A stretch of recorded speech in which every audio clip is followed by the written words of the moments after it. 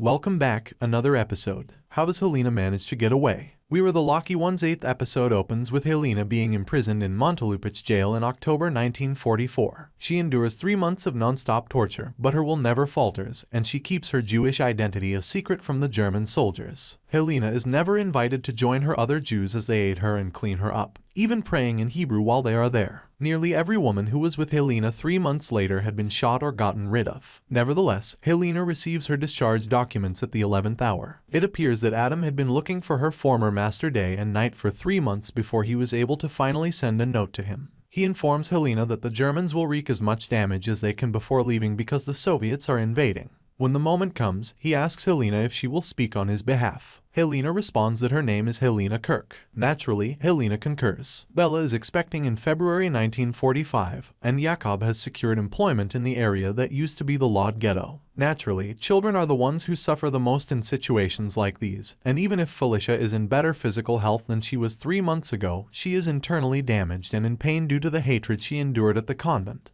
Helena and Adam make their way to her parents' house in the meantime. Adam apologizes fervently for not saving Helena sooner, but she assures him he tried his hardest. The reunion makes me happy and makes me cry a lot. How does Addie find out where his family is? Addie learned of Germany's capitulation to the Allies in May 1945 from the radio and from people she saw in Rio. However, in a more melancholy scenario set in Poland, the Kurcs family is shown making plans for their future. Nechima advises traveling to Radom to check whether any letters have been sent to their previous residence because Helena is determined to locate the rest of the family. Despite the circumstances, Nechima loses her temper and tells them that this is her house and she gave birth to her children there. Saul and Helena attempt to calm her down. The residents of their previous house are terrible to the Kurcs. They appear to be aware that they no longer belong there. Adam discovers that he has lost every member of his family back in Poland, and he feels guilty for going underground and giving his all for the community while he was unable to save his own. Bella, who is 9 months pregnant, consoles him, sharing her own loss of her entire family. She points out to him that even if the Germans didn't want them to survive, they could have all perished. Addie and Caroline eventually tie the knot in Rio. At last, we return to the opening sequence of the first episode, where a Red Cross officer gives Helena a letter. According to the letter, Jenik is doing well and is currently in Italy with his wife, Selim.